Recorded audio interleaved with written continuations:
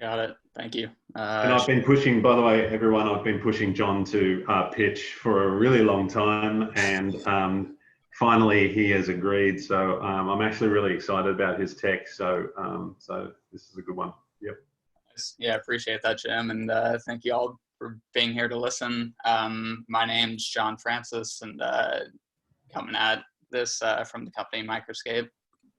Our team comes out of a biomedical research lab at USC, or a group of labs, and worked together for the past 3 or 4 years now. And my co-founder, Kyle McClary, is on the line, actually. So he comes from chemistry. I worked in computer science, and the project we were working on was to model cells. But basically the important thing about this to note is that it involved taking terabytes and terabytes and terabytes of images. So you'll see that our other partner in this, Francesco Cutrale, leads the largest imaging lab at USC. And then we have Eric Quick, who's helping us with commercialization. So 3D imaging, just for a primer, I'm not sure how many people are familiar with it, but it's generally a task of taking these 2D slices and compositing them into these 3D renderings. So this starts at the scale, you can think of MRIs or CAT scans, but this goes down to X-ray and even these more fine-grained structures of things like neurons firing, or cells dividing in this case in a 3D time lapse. But you can see even these lung X-rays going on now to track people's development of disease and so forth. So the issue around all this data is that collaborating around it is extremely difficult. So if I'm in LA and I have a collaborator in Berkeley, and I can't send that collaborator a Zoom link, and look at the data together, point things out. So that's the main issue, is that how it ends up working right now is all package hundreds of gigabytes of data into a zip folder, put that on Dropbox over hours, they'll have to download it, and then they have to own basically $50,000 software just to view the same images.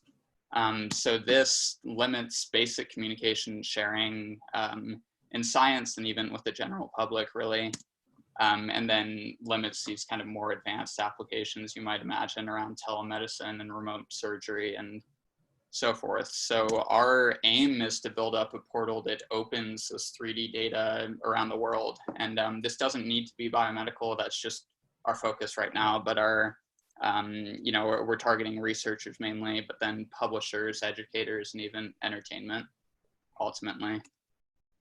So Microscape is basically this platform. So it's a 3D, 4D, 5D rendering. That video of the cell dividing was one that was rendered on our platform. This allows for online access of the data. So instead of sending those links and having to upload, download, you just view it in a portal.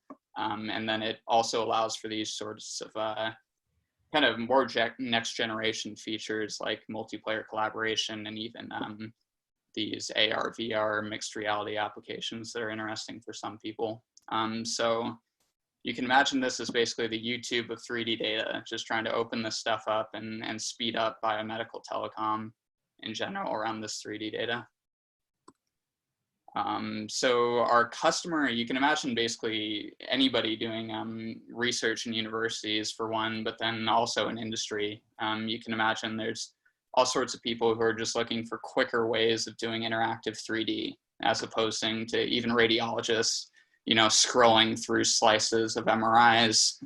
And then a big pain point is just having an efficient cloud storage and viewing mechanism instead of having all these thumb drives and hard drives, which are extremely rampant in many labs across academia and industry. And then ultimately just getting towards that seamless telecommunication where people can quickly transfer these 3D renderings to each other and not have to view these alone.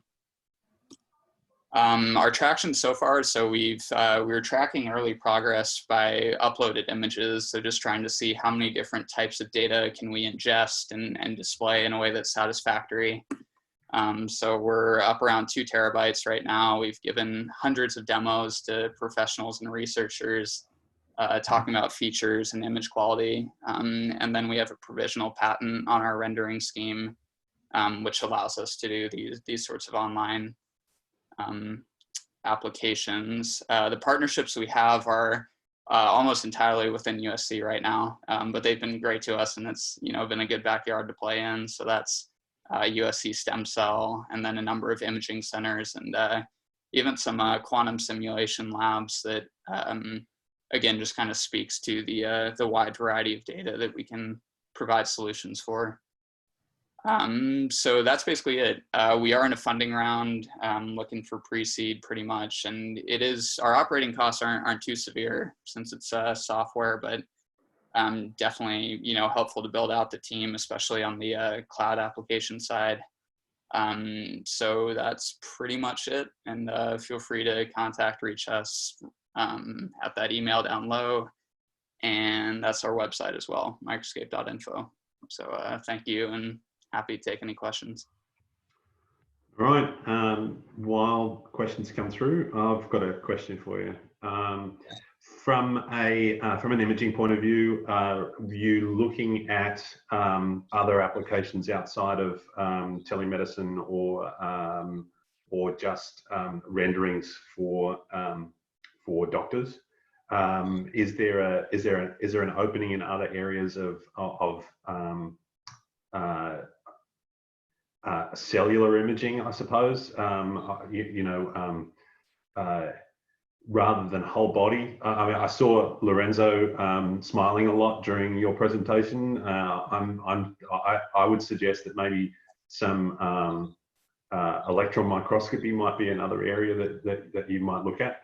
Is that something that is useful? No doubt, yeah. So I mean, a lot of my work was done with tomography. So this sort of data can be ingested as well. So everything from electron tomography up through confocal to MRIs, ultimately anything that's a 3D image block or even a 4D or 5D image block can be run through. But as far as, so we're targeting definitely imaging across scales and probably focusing on that research grade tomography and microscopy before MRIs and CTs even. Okay. Yeah. Have a question that's come through here, and this I guess will speak to the cross-disciplinary nature of what you're doing. Do people like architects express interest? Yeah, so architecture is interesting. It's so typically you'll do that with surface models. So you acquire, whether it's LiDAR or whatever, you'll get the point clouds, and then people will build these kind of polygonal structures. There are definitely similar needs. So people who want to be walking around these renderings together, and we definitely can't serve that. I think there are a number of companies in this space. So I'm not sure if it's necessarily something, again, these are companies that are focused on that kind of polygon rendering, but of course would be open to any client looking to do that sort of thing, and it's a fairly straightforward onboarding process for LiDAR and any sort of 3D model.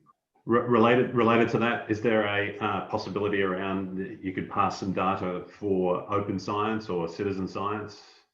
Yeah, so I mean that's the huge aim of this was that when we first got into this, it's like, who is taking images of what? It's impossible. You'll be downloading these zip files that you have no way of viewing. So a lot of this is to make science more public facing. So to have a sort of commons, and a lot of this data is funded publicly. So if you've got an NIH grant to distribute, you're actually mandated to have a download link to these images. It's just that nobody can view them. So to have a commons where people can view these images is obviously a fantastic effort that we'd love to be on the forefront of. Mm. There's another question here about 3D imaging of deep sea exploration, mapping of the ocean floor, things like that. Is that another possibility? Yeah, no doubt. So again, that's LiDAR. I was actually talking to somebody who's doing this kind of mapping. There's a lot of interest on the park side about making these coastal areas protected as well, and trying to create maps of them. So yeah, I mean, any sort of LiDAR 3D acquisition can be processed. That's what we're built for. Okay. And then I've got two questions here that are kind of related to your business model and workflow. One is, what is the cost to buy this? I mean, is it a software as a service, and then everyone has to take care of their own imaging constraints, or is there something else that you know, is there another hardware issue that you can introduce? Or and then related to that is end users workflow, and how can they interact with the platform?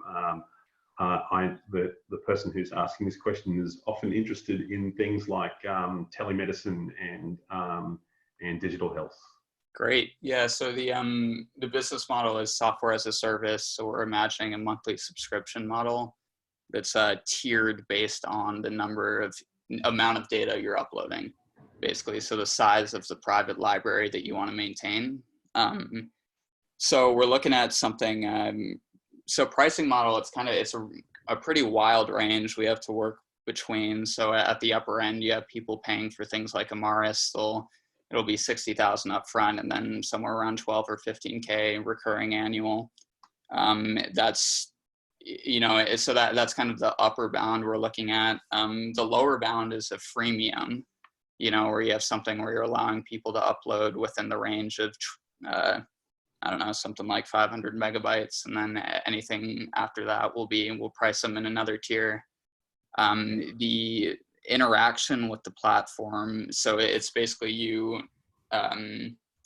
given a browser where you can search. Right now we have basically one library, so you're able to pull any image from that library and look at it. How you interact with it is you can upload a new image that gets thrown to our server and then is basically accessible by anybody in your network. So yeah, strictly you're pressing upload. You have a folder that's either a folder or your TIFF stack, your Nifty stack, whatever. That's processed in our server, and then you get a sort of icon that you can click on and then be put into a sort of 3D interactive window where you can pull the thing around, shift alpha channels, go into VR if that's your thing, flip channels on and off, pause play, that sort of thing. Okay. And how much are you currently looking to raise in your pre-seed round? Yeah, we're looking at that same 500K amount is and that would basically be, I mean, honestly, sales is one of the big things that we'd be pushing. So on the development side, we'd definitely be looking to hire basically, you know, one good hand on the cloud application side, but then we'd be looking for pushing sales and collaborations and things. So that this is basically getting us from alpha to beta in a way, and then starting those pilots and getting all that going. All right, terrific. I think that's it for questions. Don't see any more that's come through.